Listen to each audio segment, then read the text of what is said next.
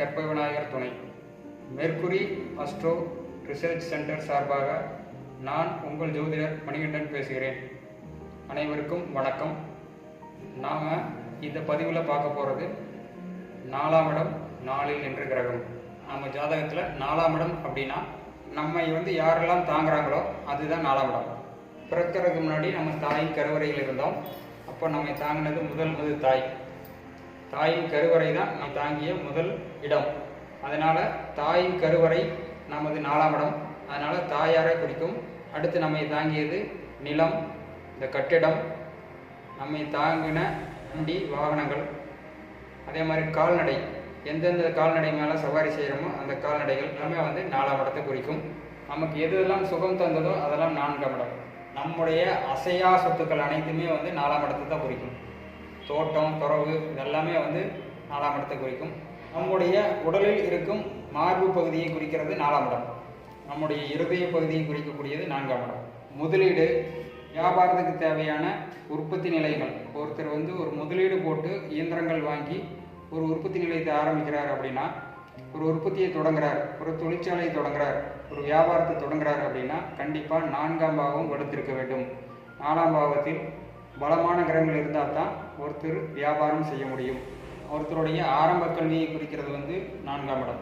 ஒரு குருகுலத்தில் ஒரு வித்தையை கற்றுக்கிறார் அப்படின்னா புதிதாக கற்றுக்கொள்ளும் வித்தை 4ஆம் பாவத்தை குறிக்கும். பல நுணுக்கமுடைய ஈர்நிலையை கற்றுக்கிறது 9ஆம் பாவத்தை குறிக்கும். 4ஆம் இடம் வித்தையின் ஆரம்பத்தை குறிக்கும். அதே போல ஒருவருக்கு மறுமணம் செய்யும் அமைப்பு இருக்கிறதா அப்படிங்கிறத ஒருவருடைய 4ஆம் பாவத்தை வைத்து தான் நாம் சொல்ல முடியும். 4ஆம் பாவத்தில் சுபகிரகம் வலுவாக இருந்தால் அவருக்கு மறுமணம் செய்யும் அமைப்பு நிச்சயம் இருக்கும்.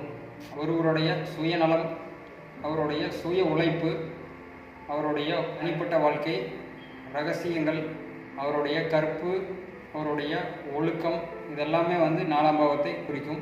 நிலத்தை குறிப்பது 4ஆம் பாவம் அப்படிங்கிறனால அவருக்கு விவசாய நிலம் இருக்குதா, விவசாயம் செய்யக்கூடியவரா அப்படிங்கிறது 4ஆம் இடத்தை வைத்து தான் நாம் தீர்மானிக்க முடியும். 4ஆம் இடத்தில் செவ்வாய், சந்திரன், குரு இந்த 3 கிரகங்களும் சம்பந்தப்பட்டிருந்தால் அவர் விவசாயம் செய்யக்கூடிய நபர். 4ஆம் இடத்துல பலமான ஒரு கிரகம் இருக்குது, உச்ச கிரகம் இருக்குது, ஒரு பலமான ஒரு கிரகம் இருக்குது அப்படின்னா அவருக்கு கற்றுத்தரப்படக்கூடிய வித்தை அல்லது கல்வி உடனே புரிந்து கொள்ளும் அமைப்பு இருக்கும். கணிதத்தில் புலமை இருக்கும். கடினமான பாடங்களை புரிந்து கொள்வார். 4ஆம் இடத்தில் ராகு கேதுகள் சம்பந்தப்பட்டிருந்தால் அவருக்கு உடல்நல பாதிப்பு, சுகம் பாதிப்பு, உடல் சுகம் அப்படிங்கிறதே இருக்காது. அவருக்கு பலமான கிரகங்கள் இருந்தால் உடனே புரிந்து கொள்ளும் தன்மையை தரும். 4இல் பலவீனமான கிரகங்கள் இருந்தால் மந்த தன்மையை தரும்.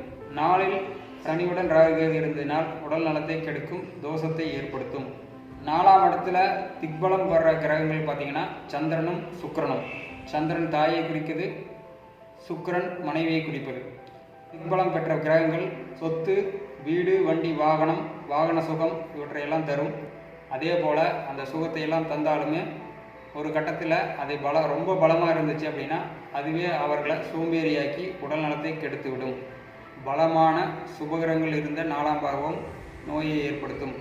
ஒரு சொத்தை வாங்கணும் அப்படின்னா 4ஆம் இடத்து திசையில் தான் ஒருத்தர் சொத்து வாங்க முடியும்.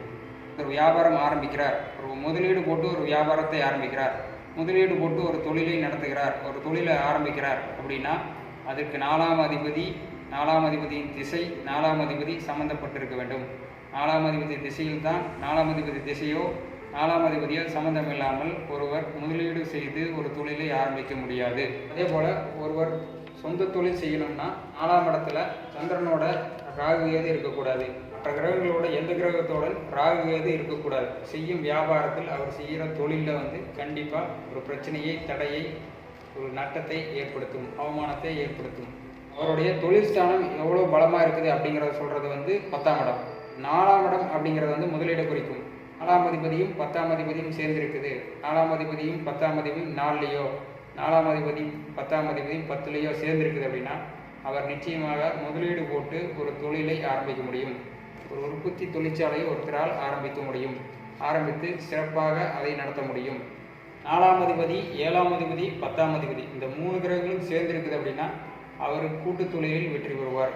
கூட்டு தொழில் மூலம் வியாபாரம் செய்வார். 4, 10, 11 ஆகிய கிரகங்கள் சேர்ந்திருக்குது அப்படின்னா அவர் செய்யும் தொழிலில் அவர் செய்யும் வியாபாரத்தில் அபரிமிதமான லாபம் ஏற்பட்டு கணிசமான லாபத்தை அவர் அடைவார். மீண்டும் அடுத்த பதிவில் சந்திப்போம். நன்றி, வணக்கம், வாழ்க வளமுடன்.